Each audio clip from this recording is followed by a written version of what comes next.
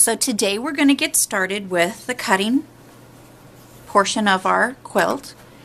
I'm happy to say that some did find some jelly rolls, but for those of you that didn't or can't, and if you can't tell, this is for Destiny, very pink.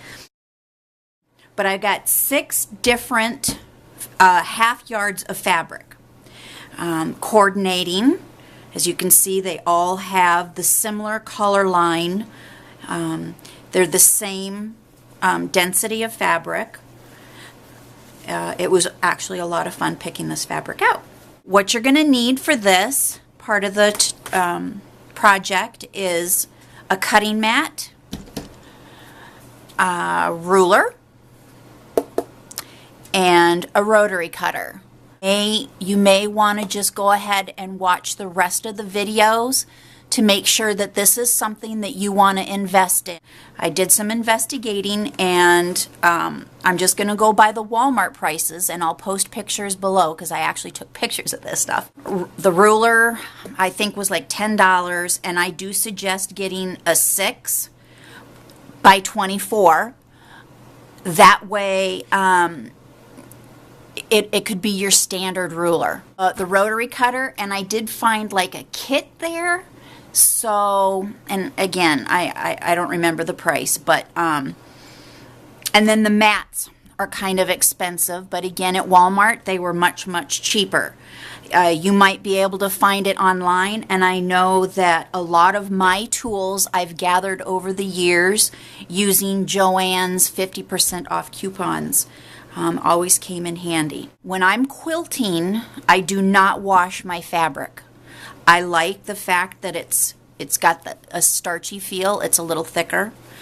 When you cut, you get a crisper cut line, and it takes a little longer for it to fray. Iron it first, because anything like this, you're not going to get an accurate cut. This type of sewing you can do with any kind of fabrics, and this is actually flannel. I use this type of sewing in so many of my projects: handbags, quilts, aprons. There's so many things you can do with strips. And when I'm done with a piece of fabric, say I made a pair of pajama bottoms for Destiny out of this, anything that I have extra, I make sure I pre-cut a certain size square. I've got like size 4s, 5s, on up, and then strips. And my strips range from the tiniest piece to larger pieces. It depends on how much I've, paid for the fabric that I want to make sure I keep it. So this is the ironing part of the process. I needed to show off my pressing board. Even though I have a steam iron, misting your fabric is going to help a lot, especially to get, like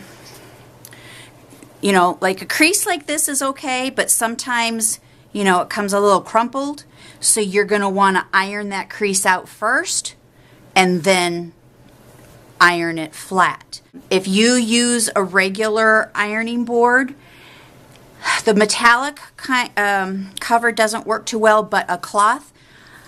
One of the tricks I've learned a long time ago I really like is I kind of mist the board a little bit, because as it heats up, the steam will come up through the fabric and help get the wrinkles out even better.